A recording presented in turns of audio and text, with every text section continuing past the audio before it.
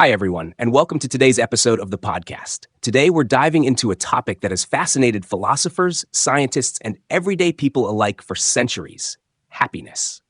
What is happiness, and how do we actually find it in our lives? Over the next 10 minutes, we'll explore what it means to be truly happy and how we can cultivate more happiness in our everyday experiences. Let's start with a simple question: what is happiness? Most of us think of happiness as a feeling, a moment of joy, excitement, or contentment. Maybe it's the smile on your face when you spend time with loved ones, or the sense of peace you feel when you're doing something you love. But happiness isn't just a fleeting emotion. It's a state of being. It's something that can last longer if we understand how to nurture it. For me, happiness is about balance. It's about finding harmony between different aspects of life: work, relationships, hobbies, health. And while moments of pure joy are wonderful, true happiness often comes from the small, everyday things. It's in those quiet moments when you realize that life, with all its ups and downs, is still beautiful. Now let's get a little deeper. Psychologists have studied happiness for years, and one popular theory is the happiness set point. According to this theory, each person has a baseline level of happiness that they tend to return to, regardless of the highs or lows in their lives. For example, you might feel an initial boost in happiness when you achieve a goal or buy something new, but eventually, you return to your normal happiness level.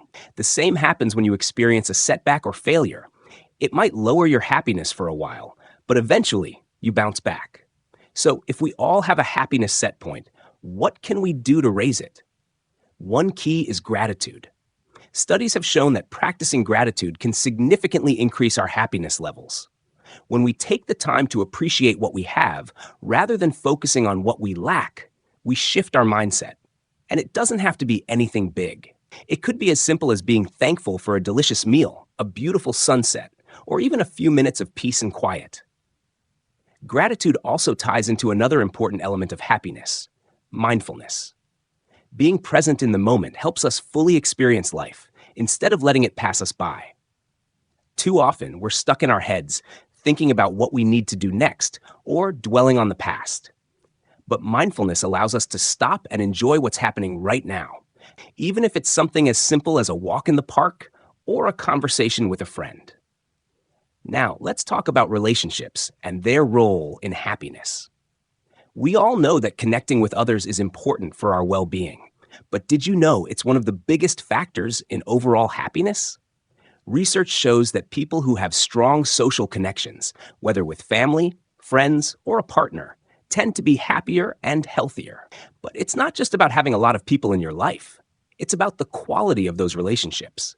Having deep, meaningful connections with a few people who truly understand and support you can have a much bigger impact on your happiness than having hundreds of acquaintances. So, if you want to be happier, focus on nurturing those close relationships.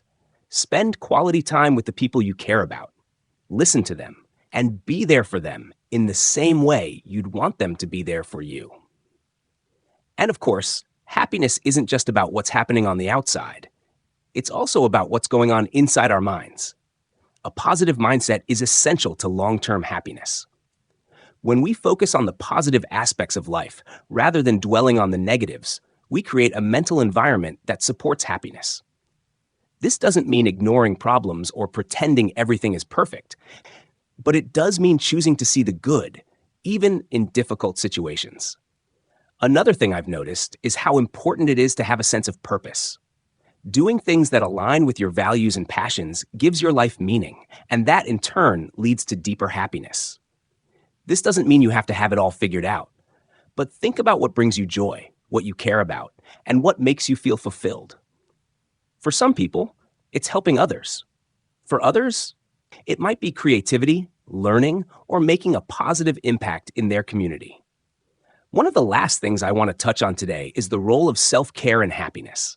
Often we get so caught up in the demands of life, work, responsibilities, other people's expectations, that we forget to take care of ourselves. But self-care is not selfish. It's necessary. Whether it's making time for a hobby, exercising, meditating, or simply giving yourself a break when you need it, taking care of your physical and mental health is essential for maintaining happiness. So, to wrap things up, here are some of the key takeaways for living a happier life.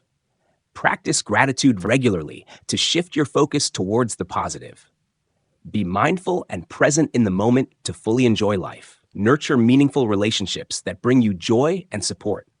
Maintain a positive mindset, even when challenges arise. Find purpose and meaning in what you do. Prioritize self-care and listen to your own needs. Happiness is something we all strive for, but it's important to remember that it's not a destination, it's a journey. It's about the little moments, the daily habits, and the mindset we choose to adopt. And while external things like success or material possessions might give us short-term pleasure, true happiness comes from within. Thank you for joining me on this episode of the podcast. I hope these insights help you reflect on your own journey to happiness and inspire you to cultivate more of it in your life. Remember, happiness is in the little things, and it's something we can create for ourselves every day. Until next time, take care and stay happy.